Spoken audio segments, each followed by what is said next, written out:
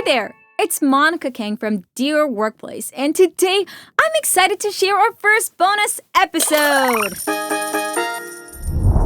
As you may have noticed, in each of our episode, we edit to share multiple conversations we have with different experts per episode. We were intentional about this process in order to share new stories and perspectives for our listeners. But this means we miss out on sharing some of the dialogues that we had with each of our guests, which were usually about an hour per person. So you'll see us at times sharing surprise bonus episodes of the raw dialogues that we hope you'll enjoy. And today, for our first surprise bonus, I'm excited to share our full interview we did with the Meta team that I spoke about in our last episode called Why Relationships Really Matter. Meta Team is the first and only national certified women-owned commercial roofing company in the United States. Meta was founded by 5 women, 4 of whom owned regional roofing companies in different areas of the United States.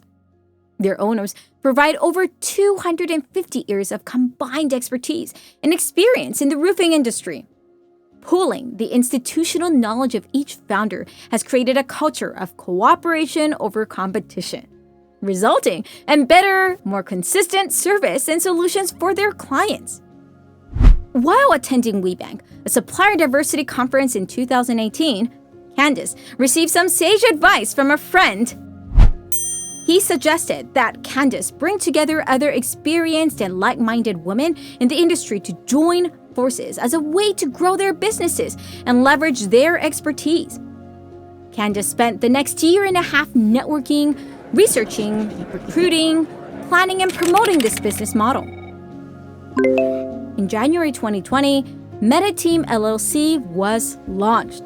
This is the interview I had with the Meta Team: Candace Klein, Erica Johnson, Alicia Michael, Sherry Miles, and Kelly Van Winkle.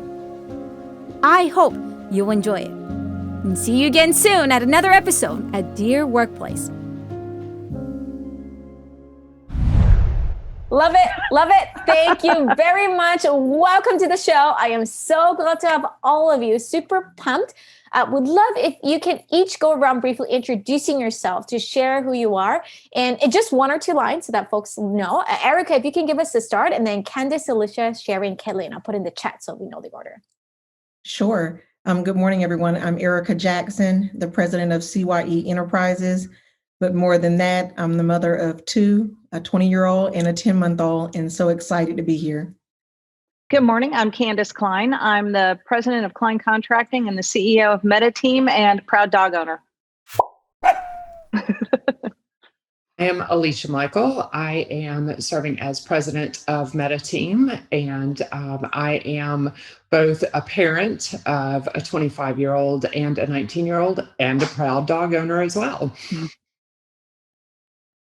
I'm Sherry Miles. I'm president of Miles Roofing in Chesapeake, Virginia, and Norfolk. I'm a 4th generation roofing contractor. My company's been around for 111 years. And I'm a mom of 4, 2 college kids and 2 still in high school. I'm Kelly Van Winkle with King of Texas Roofing Company near Dallas, Texas. And my husband and I have fur babies and reside in Dallas. Love it. Love it. Thank you, ladies, so much for being here, sharing a little bit about yourselves. Let's start with the most big umbrella question, which is how in the world did you get to where you are in building your career? I mean, is this what you thought you wanted to do for the rest of your life? What was your first job? I'm going to jump around a little bit. Sherry, if you don't mind me piggyback on you first, would love to hear your story briefly. Sure. I had no intention of coming back to my family's company when I was thinking about my job prospects coming out of college. I ended up staying in Washington, D.C. and working for a law firm for a couple years, thinking I was going to go to law school. But everyone that I worked for and with were pretty grumpy and had a lot of debt. And so I was in the middle of trying to discern what to do next, to get a master's, back to school, law school, whatever. And my dad said, why don't you just come home, work for a little while and think about it. And that was quite a few years ago. And think about it led you to now leading the organization and continue to do the work. Alicia, what about for you? So I think I might be the only one here that doesn't have a family members that were in construction. I come from a bit of a different background. I really thought by now that I would be writing my fifth or sixth novel, living in New York City. That is just not the path we went down. I spent 20 years completely by accident as a business owner and operator in the automotive sector.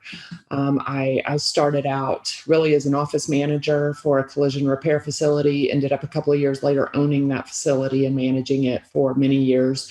Have actually worked in global and domestic public health. Did that for several years until Candace, whom I have known for many years and worked with in the nonprofit sector on many different occasions, approached me about this opportunity. And I just believed in it so much, and I saw the vision for this, and that is how now I am now in the construction industry. So I love that. Thank you, Alicia. I can't wait to hear how this weaves in the belief piece, which we'll get back to in a little bit. Kelly, what about for you? What's your story? So I'm the third generation in construction. My grandfather started right out of high school in the Great Depression. My father in the late 70s, but I was actually heading down a road to be a professor of Latin American studies. My expertise is in Latin American dictatorships, nothing to do with construction, surely. I ended up after going to business school and then starting a different business. That business was industrial tool supply. So things like generators, welding tools for the roofing industry. I actually sold the equipment for roofing before I went into, many years later, into the family business doing contracting. Thank you for sharing that. So many to follow up as well. Erica, what about for you? Well, like Kelly, I'm the third generation in the roofing industry. The roofing industry is one of my family that we've always been involved in. My grandfather started a roofing company that started out as a residential firm and then transitioned into a federal contractor. He had 12 children. 6 of them started their own independent roofing, all separate roofing firms. And my father was one of them. So I worked for him. Unlike some of the other women, I pretty much knew all along that I really had a passion for the industry. Almost all of my memories as a child involved the roofing industry, whether it was just being at my dad's office, being on a job site. And so I always had a passion for it. So after getting my business degree at the age of 24, I started CYE Enterprises.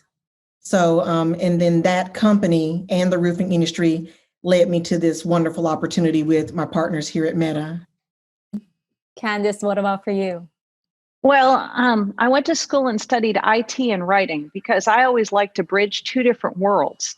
And when I got out into the IT space, I was working 100 hours a week every single week because that's what you do, right? That's what you do.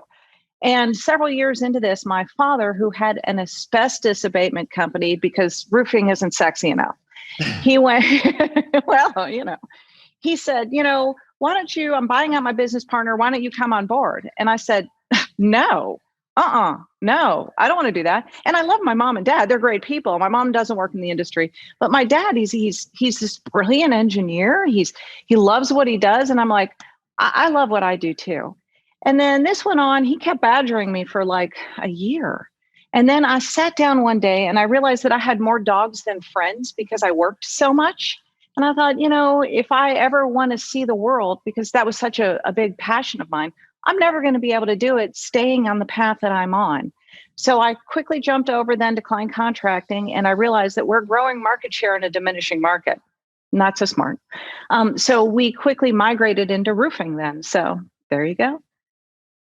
Oh, thank you so much for sharing that. And I love already the diverse journey that all of you took to be where you are. And actually, Candace, I want to first circle back to you in that how did this all formation came about? I'm curious. I know every person has a different storylines. Candace, maybe we can start with you first on that. Like, how did this partnership come together? Was there initially some dots of like, yeah, like we already know these are the people, or like came over time? Tell me some dots that happened. Sure. So first, we'll have to go back a couple of years because, there's a difference between working in your company and working on it. And I was looking at Klein Contracting's market, and I wanted to grow the business. And in the commercial roofing space, there's really two common ways of growing your business. The first one is you acquire geography. So you go out and you buy another roofing company somewhere else. That had no appeal to me. We already work in 7 states. I didn't want to try to manage from a remote location. I didn't think that was right. And I thought, okay, well, the next thing I could do is diversify what we do, go into sheet metal, go into residential work, et cetera. And I thought, we have a really powerful workforce at what we do. And that just didn't seem the right fit either. So I was at a WeBank event, and I met our favorite person from a wonderful beverage company. And he said, why don't you put the women together? And I thought, wow, that's kind of brilliant. How would that look? What is that? Going back to college, what I wanted to do was bridge 2 different worlds. And I saw that this was an opportunity to not just grow in a better way. I could service my clients through other means. That is to say, I could find other brilliant women who were great at what they did in other markets in the United States, who could make sure that my clients were well taken care of, while we also, as a team, then could provide national clients to people. So then the next step was who, right? How do you define who? And there are very few women roofing company owners. We are less than 1% of our industry, okay? So, you can fit us all in a phone booth, and out of that, you look around and you go, well, she's brilliant, and she's brilliant, and she's brilliant. And so literally, we've been building this network through, we know each other, we know of each other, at least through national conferences. And then you start the dialogue and you say, you ought to consider getting certified. And then after they get certified, maybe we should consider looking at this a little differently. Let's find a new way to build something. So that was probably about a 2-year journey. Building a business is not something that happens fast. You want it to happen fast, but it just doesn't. You have to go through a process and make sure you have the right culture fit.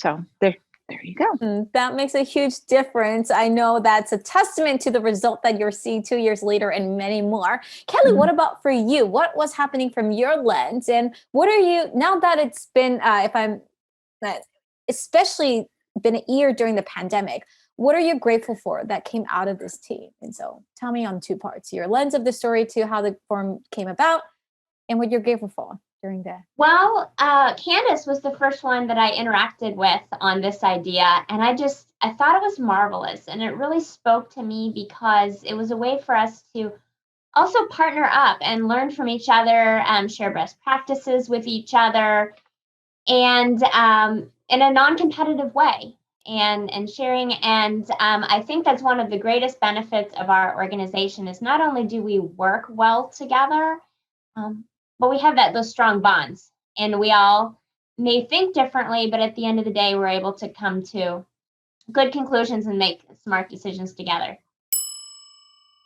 How has this pandemic time made it any different? Probably we just, it's a little harder since we can't get together in person. Staying in touch is mostly through Zoom and phone. We are very close, but just trying to have empathy and compassion for each other. We're all in different situations, and respecting all of the partners and respecting the different ideas, and keeping the lines of communication open at all times is the most important, especially right now during the pandemic. Absolutely. Monica? Erica, yes.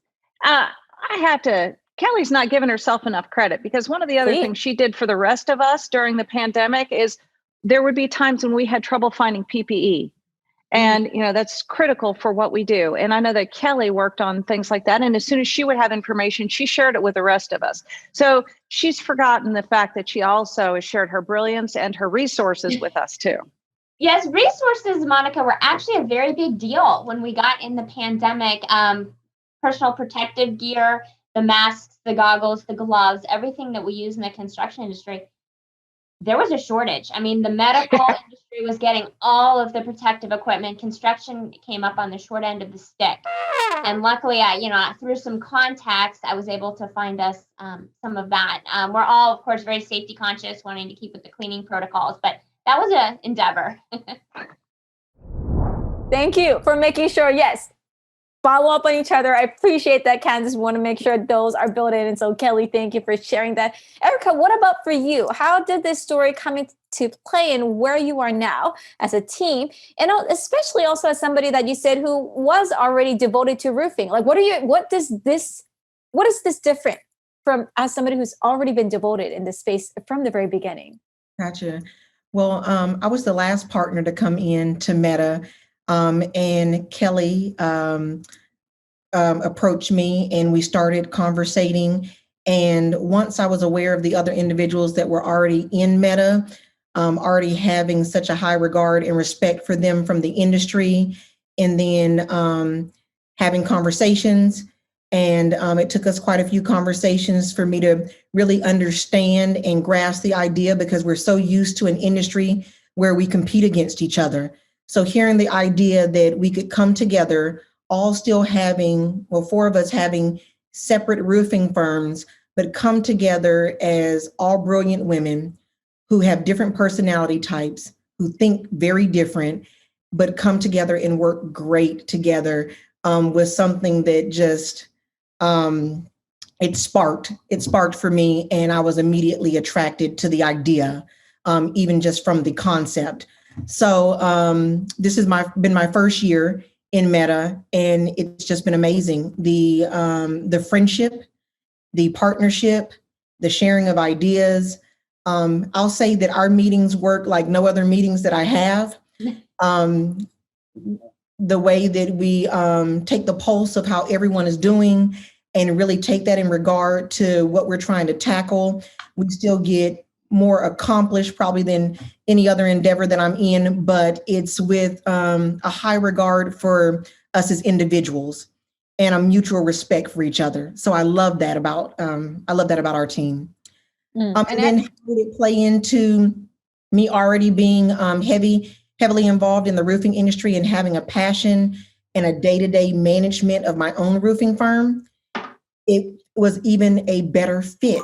I had just had a baby when Kelly came to me about the idea of Meta, and I was like, I can't take on anything else. But it's still in the industry. It's still in the industry that I have a passion for and that I'm looking to grow my business. So in growing Meta, I'm growing my individual business at the same time, along with professional development just from this peer group here. So it worked for me and continues to work. Thank you for sharing that lens and perspective. And Sherry, I'm curious, I feel like the thing that everyone kept sharing is that aspect that this is extra unique because traditionally you all compete in any context, in any country. And so tell me a little bit more, maybe from the industry ignorance of somebody who is not in construction, why is that a case? Why is there truly a lack of female voice in this industry? I know, raising your eye, yes, give me a benefit of doubt. But break it down for me a little bit more from your lens and why hence this was exciting for you to be part of. Yeah, similarly to these ladies, kind of a two-line stream, Erica and I have been on diversity inclusion committees. And, we talk about these really important issues at such a high level. Here we get to actually put them into practice. We're actually living into what we believe by how, coming together in this way. So that for me is really exciting because I feel like, or I felt like there's only so much you can do with a bunch of competitors in moving forward some diversity inclusion in our industry. So now we're doing it. We're putting our money where our mouth is. We are actually doing it. And then, so many roofing companies and construction companies in general, but particularly roofing, they're family endeavors. Like each one of us, the 4 that have come from roofing, our families are part of it. And I think, it traditionally has gone down to the sons, or the wives and the daughters have been silent partners on the side. And this is a way we can make our mark, right? Like we are experts at what we do. We live and breathe this every day. And so this is our chance to shine and to really let everyone know that we are super good at what we do. Thank you for sharing that. Alicia, from your perspective, you're already smiling thinking about how this team has been forming together. The lens, I'm curious if you can share a little bit more to build on everyone's perspective is, as a result of knowing how awesome this is for all of you and the impact, how it feels when it's misunderstood. Let's be honest, right? There's still a lot of people who don't get it, to put it simply, in many ways. Tell me your thoughts. What are moments where you feel like, Monica, honestly, these are ways that I know at times it feels misunderstood, misrepresented, and hence, perhaps if this is your time to /vent, explain, break it down for us, the missed assumptions, please share us. Okay, great. Thank you for the opportunity to express feelings about this, because I think it is important. One of the big misconceptions is that this is maybe some kind of group or club. It's not. We're a company. We're an actual company that is competing for business, but it's also business with purpose, and it's and we want to make sure that everyone understands we all respect the shoulders that we stand on, okay? Because we all stand on shoulders of women and men who have afforded us opportunities to be where we are today.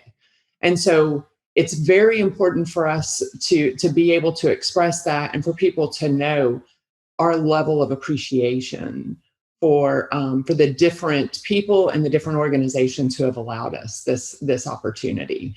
But again, it's about a deeper mission and a stronger vision is the reason that we really do this. We want to be able to continue to pave a path that's been paved for us. We want to be able to continue to open up opportunities for people who typically are underrepresented in this community and in this space.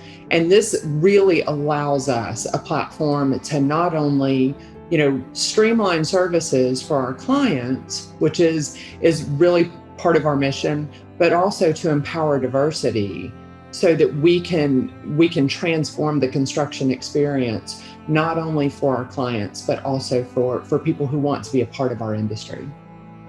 To follow up on that, break it down for me a little bit more. What is, in fact, the transformation you want in the construction business in this team? What's the actual problem that worries you and the team? Opportunity, I think, is a major issue. When you can bring different perspectives to the table, you're going to have better solutions. Right. And we are really seeking to increase opportunities to provide better solutions, not only for the clients, but that's a huge part of it, but also for our workforce and for future workforce. We do have challenges in this industry looking ahead at workforce. And so I think that's something, and also just really strengthening the communities. Something that we believe strongly in is employing people at the fair wages, and making sure that people have a future and see a future in this industry. And we understand that that's difficult for people to see. So offering that education and being able to use our platform to speak to those issues as well, I think is really important. And Candace, I want to follow up on this. It's just a great point about kind of the industry in the macro sense. So taking a step back, all of you not only are experts at what you do, but being an expert also means you've seen the changes and the challenges. And so as Alicia was alluding to some of it, I'm curious, for somebody who's new, again, I'm a perfect example, right? I don't really know much about the industry other than that I'm super proud that you guys are all doing what you do and honored to have this time. What's something that you wish, let's say, we'll break it down in two different lenses. So lens one, and maybe I'll circle the other lens to somebody else. Somebody who's already in the business, in construction, roofing, they want to be a better expert. But as somebody who is an expert, I feel like you can also differentiate who truly means they want to be an expert and hone their craft versus somebody who's just doing the talk. Tell me a little bit more. What would you say it means to truly be an expert in this space? What are skills that are going to be even more critical because of all the things that everyone has expressed, including what you said earlier? So I think being an expert in this space is something that is, it only works, and you can only call yourself an expert if you're perpetually willing to learn. And fortunately, in our industry, we have a great organization, the NRCA, where we have opportunities to learn. But I want to take that down to another level, and that's the Meta team. If you look across our backgrounds, each of our individual roofing companies are different, and what we specialize in is slightly different.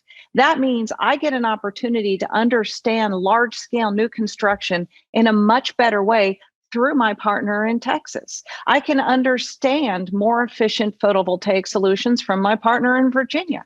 I can understand and learn how do you meet the needs of a federal contract from my partner in Florida. And if they want to learn how to do advanced yoga postures on a high-rise building, I'm the one that they can always come to talk to about that. But being an expert means I have an opportunity to ask questions. Among this team, we're in a larger room. I might feel foolish asking these kinds of questions. So there's a level of vulnerability where I'm able to perpetually learn and can be an expert because of that.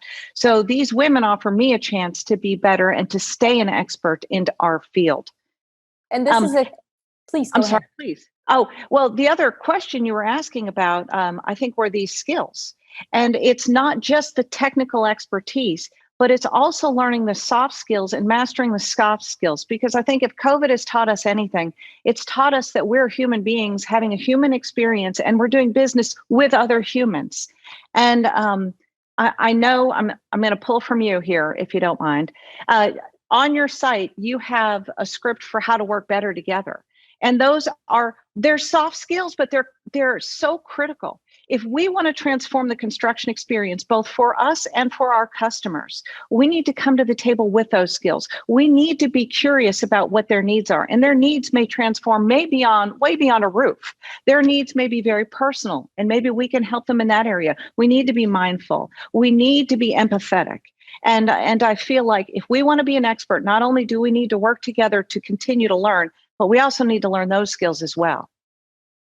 Thank you for highlighting those and emphasizing that. And to piggyback on that, just on the benefit of our audience, to confirm, especially if somebody comes to you and say, hey, we need help from Meta team, that doesn't mean it's just here. You guys have a whole team of others. Could you give that spectrum of range so that way folks who might be listening recognize that, wow, this is actually what Meta team could do?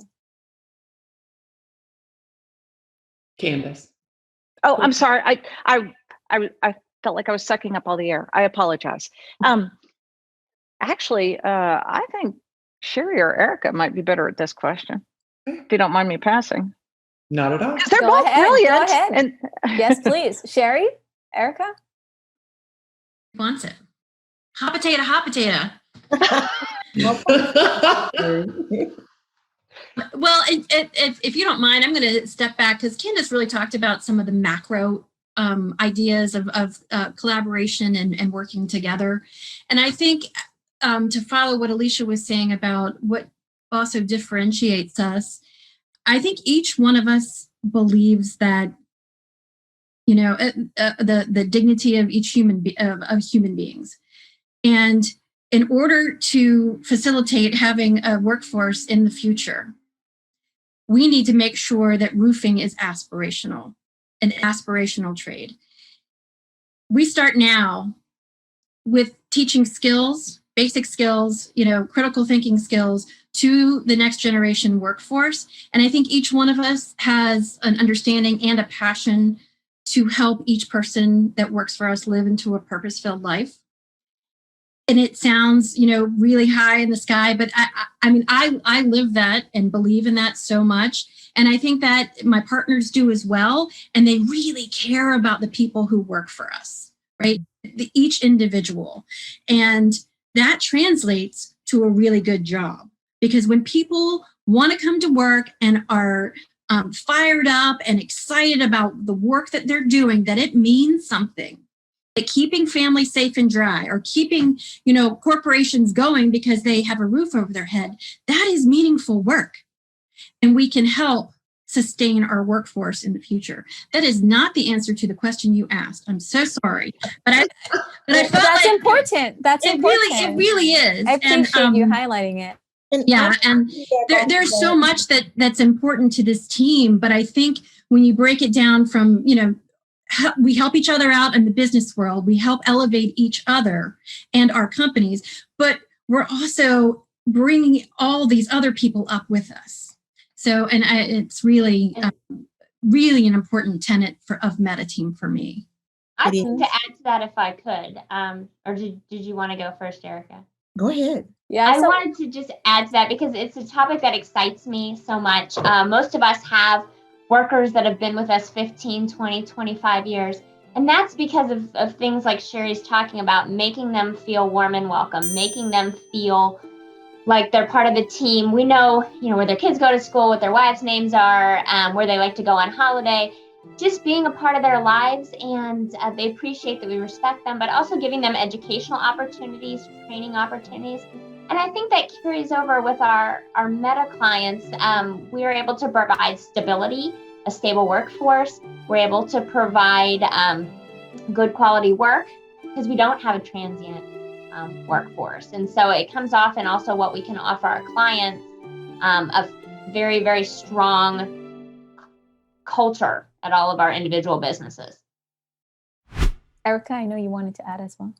Yes, to piggyback off of what both the ladies are saying, I look back to when my grandfather was in the roofing industry and a lot of people that worked for him. Unfortunately, during his generation, in his time, the roofing industry was the industry that if you didn't know what else you wanted to do, or maybe if you were lost and didn't have a clear path, then I'll go into the roofing industry. A lot of people thought it just took a strong back and not much thinking, and it was really hard labor. But then these people who have made it to where we're safe in our buildings, in our homes, and we're dry, after years in the industry, we're left with not much. Maybe not a retirement, no career path, so they just stayed in the same position as a roofer. Maybe moving to a foreman, maybe moving to a superintendent, but maybe usually capping out there. All of us here are interested in making the roofing industry an industry, as Sherry said, where it's aspirational, where there's a career path, to where we may take someone out of high school that has a passion for technology and may not even think of roofing as being something that would be attractive to them, but doesn't know the technology that's involved in installing a single ply system. And they may start as a laborer, but move quickly to a apprentice and then to a roofer, and maybe branch into safety or quality control and continue to grow and have a true career path to make our industry as attractive as other industries in the construction industry have been for decades. And so all of us having a passion about that, it makes it to where it's a lot easier to attract. We're not selling an industry or anything that we don't believe in. And we're trying to bring people into the industry that's done so much for us so that they can grow and see the beauty of the industry also. Thank you for sharing all of that natural tie. I was actually going to ask many of these questions, but you organically all answered it, which built up beautifully. To build on that, I want to actually, Erica, if you don't mind, piggyback on you on it, which is as a result of what you've shared, as somebody who's seen those generational changes and, all of you have, I'm curious, what would you say where the roofing industry is going as a result? Like, because of the pandemic, I'm curious, what are the ways that you are more worried as well as excited? But in general, where's the roofing future going? What's coming to mind? And what are the things that you would want to highlight? I think the roofing industry is on the right track of changing the face of the industry into a more professional trade. There are so many things that our national association has put several years into place, such as a track program, which is a hands-on and an educational training. We have several systems that have been released now for the track and many to come. We started with single ply and shingles. And so now our roofing employees and the men and women on these job sites can be certified in a system. So no longer is it just saying on a resume or when you're applying for a job, I'm a roofer, but you can be certified in a specific system. And so that gives more credibility to our industry, and I think takes it a level up already. We also have, so I'm mixing the training with pro certification, which is the certification in the industry. But the national association, as well as state and regional associations, are really doing a great job of educating, and not just in the trade, but also in different aspects such as legal, such as business. So it's not just that you can go to these associations to become a technical expert, but be a better business person, a better entrepreneur, to weigh the risk of the business even better, and use those resources to your advantage. So I think that we're on track. Do we have strides to make in the area of diversity and inclusion and having more representation of underrepresented groups? Yes, but I think we're equipped and ready for that challenge. Thank you for sharing that. And Alicia, I want to go back to you on this, which is, as a result, looking back at where your team has been in the past, correct me if I'm wrong, was it formed a year ago now, 2 years ago? So a year ago, January 2020 is when we actually launched MetaTeam. Wow. So we're just over a year old. Wow. Well, congratulations. Hope you had your first year birthday at some point to celebrate year +1. That's a milestone. And what a time to do so during COVID.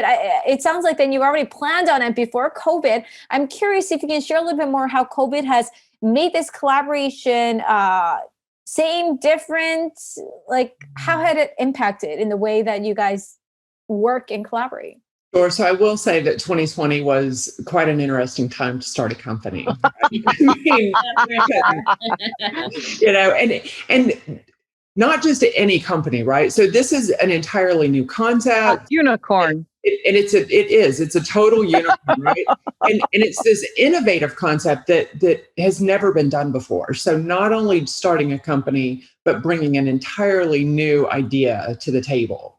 But I will tell you, we had these expectations of launching our company at multiple conferences across the country, and doing so in a way that we're used to developing relationships, which is face-to-face, right?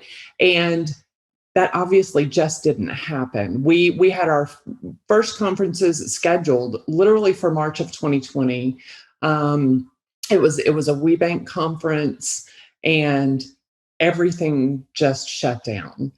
And so we really did understand that we had to shift how we were going to introduce our company to clients and to the world. And, but here's the thing that's interesting, I think, about the timing of all of this. We really do believe that the timing was perfect for our launch, because I believe it spoke to our mission and our vision, which is really to streamline services for our clients, right? To make things easier for our clients, and to be able to make things better and grow our own companies, as far as my partners go, and to grow their companies as well. And this really allowed us an opportunity to highlight what we can bring to the table for clients, is, again, streamlining those services, whereas before they were very siloed in their regions and how they had to operate. And it allowed us to highlight, the services that we could bring, and the problems that we're working to solve for them. Because they do. We asked a lot of questions leading up to our launch. What pains our clients? What are their pain points, and looking at ways at how we can solve those. And again, because of the pandemic, I think that it just highlighted. Thank you for sharing that. And I'm so glad that's kind of building on that. That's how we met. We wouldn't have probably met if it wasn't like, hey, can you just come into this meeting? It would have been a lot harder. It would be like, yeah, it's hard to drive to last minute to New Jersey, New York event, but I would love to. But, to build on that, I'm sure that it's kind of only amplifying all that you do in a more intentional, impactful way. And I love that all of your intentional emphasis that this is not just us, we're just part of the bigger storyline of the workforce that we're continuing to impact. And Kelly, if I can circle back to you, what would you say now that it's been a year, and also just, as somebody who's been in the industry, the skill that has truly helped how you collaborate more meaningfully. Because again, all of you, not only is this one of your many things, being a family, your own business, this, and then many other things, there's a lot on your plate. So Kenley, I'm curious for you at least, what skill looking back helped you glue in the way you all did and collaborate well? That's a wonderful question, Monica. Probably personal relationships. I've always believed in the importance of personal relationships with clients, with my co-partners here, with employees, just communication and being able to kind of be perceptive, understanding where different people are, and knowing that everyone has different communication styles. We all react to situations differently. So just trying to keep my finger on the pulse of personal relationships and the importance of long-standing relationships. As we go in construction, many of us have friends in the industry that we've had for 20 years. The importance of just maintaining those. And Sherry, to you, I want to hear about your any advice and perspectives on time and energy management, because I can only believe for all of you, there's a lot. But for you, tell me from your lens, at least, what has helped you and how you keep track of all of this and find joy through it. Oh, it is very joyful. And I will say yes. And it's very relaxing compared to my children. And actually, these ladies, Alicia, I want to give her lots of credit because she takes each of our individual personalities and really brings out the best. For this pandemic, it has been very hard for me to be, as an extrovert, to be here in front of a computer and not out meeting people and selling. And I just want to go, right? And details. And so we've taken this year to like laboriously go through our agreements and our processes and our procedures. And it's stuff that my other partners love and I do not. But thank goodness my gift is different than theirs, right? And their gift is different than mine. So Alicia does a great job of bringing out each of our specialties and making sure that we can work well. And she also holds our hand and our feet to the fire and makes us do the work we don't like to do. So Accountability. It is great. And with some grace, she does handle us really well. And I think with each of us, I have learned so much about running a business, time management with my family, just being a better person. These ladies are the best of the best, and I love them like sisters already.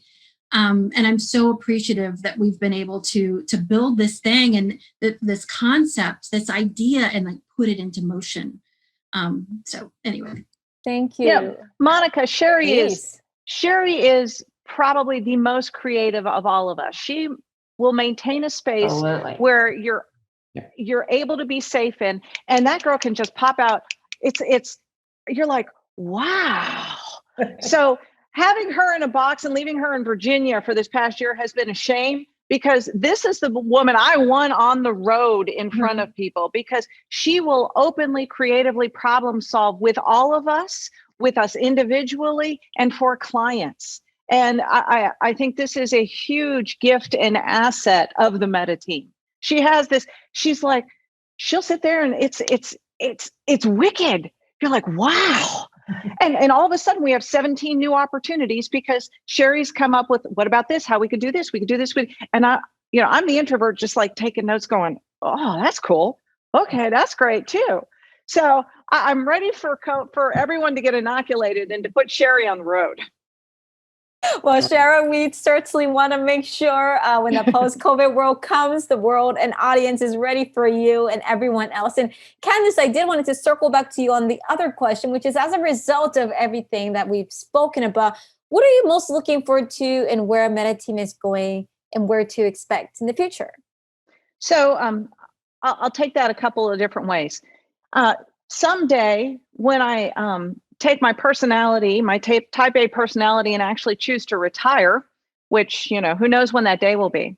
I would love to have the exact opposite experience that I have had in the past few years. And that is to say, when I used to go to social events with my beloved, and they would ask me, well, what do you do for a living? And I say, I'm a roofer. They just don't know what to say, right? My goal is for when people see somebody I want people's expectation of what a roofing professional can be. A roofing professional can be anyone, right? All we need is your big, beautiful brain. And I would love for the rest of us to actually retire supplier diversity. And we need to start right here and right now with that. So that is my long-term goal and impact and hope and wish and dream for Meta to achieve. We want to transform construction. We're bringing the best brains to the table. All of the rest are more complements, which make us better. But short term, where's Meta going to go? One of the things we haven't mentioned is our actual marketplace. The top 5 roofing companies in the country only represent 4% of market share.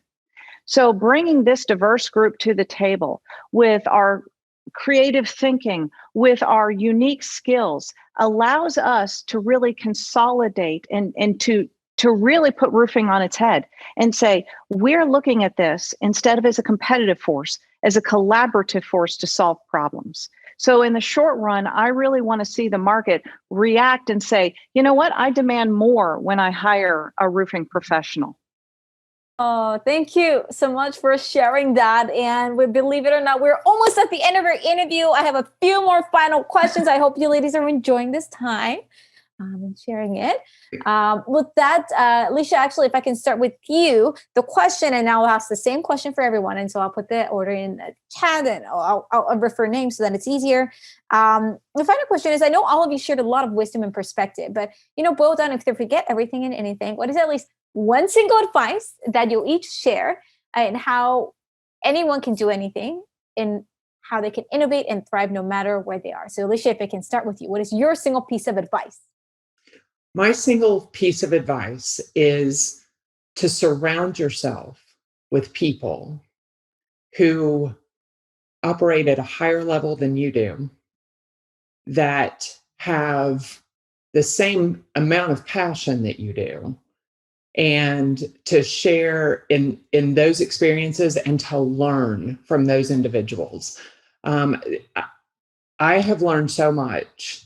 And this goes back to what I said in the beginning of this interview about my belief in this. I didn't come into this as a co-founder and as someone in the position that I'm in with this company lightly. And I didn't do it without doing my research on each of these ladies. I mean, Erica may not know it, but her name was in the mix, even though she came in a little bit later. Her name was in the mix. I researched everyone, including Erica, before I made this, because I wanted to make sure that I was surrounding myself with people that would help me drive success and drive change. And that is exactly what I have found in this group of women and in this industry. Thank you. Kelly, what's your advice? Probably when dealing with business partners, with clients, employees, anyone you're dealing with, is not promising things that you can't deliver and always being honest. So when you make a promise, it needs to be something that is truthful and you're actually going to accomplish it. I've seen so many times in the industry where people say something very far-fetched and it doesn't ring true. And that's the quickest way to alienate your business partner, your employee, your client. I would say definitely keeping your word, being a person of your word. Erica? I would have to say this relates to business, but more so to all relationships. And it's something I'm working on, is being intentional and present to make sure that even if it's just 2 minutes of a conversation with the Amazon delivery person or a partner or with an employee, to be present and to be intentional about the communication so that people know I'm here, I'm listening, and I care. Sherry? Some advice I would give, One advice. Yes. Say yes. Sorry. Say yes. Say yes and figure it out. Like just don't close down on an idea until you've really thought it through. Candace? So my best piece of advice is to find a way to quell fear, doubt, and anxiety so that you can create what you're here to create. And with that, I've asked you all a ton of questions. Is there anything else that you feel like, Monica, you didn't ask us, but we have to share this with our listeners? What is it for anyone? Monica, can you tell us about non-proliferation of nuclear war so that we can have a better world? Come on. That might need a whole other episode. No pressure. Monica's got some mad skills too, ladies. Well, I wish we had more time on that, but the short gist is I'm glad we have a new president who's going to be on the right track for our policies. I can start with that and a longer conversation on it. But anything else to build on it? No, just to thank you. Thank you for your time. Thank you for having us. You're amazing. We have loved learning more about you through this process, and we really are just impressed with what you are doing for others, and we're very appreciative. And we're grateful for your feedback. We've taken everything you told us in our call to heart, and we pretty much went back to the drawing board and started over for our presentation. So thank you. Oh, no, thank you. I'm glad it was wonderful. Helpful. It was wonderful. We had lost the why, and you gave it back. Well, because you have a powerful why that is genuine. And we other weren't people have focused to on fake it. That's the problem. On anything else, you know. And sometimes you do get too focused in the how. Yeah. And you do lose that why. So thank you for that. No, thank you. Thank So you. nice to meet you. Yes, likewise. Thank you very much. For folks who is listening, we'll be back again with another episode. But for now, we will see you later. Thank you. Thank you. Bye.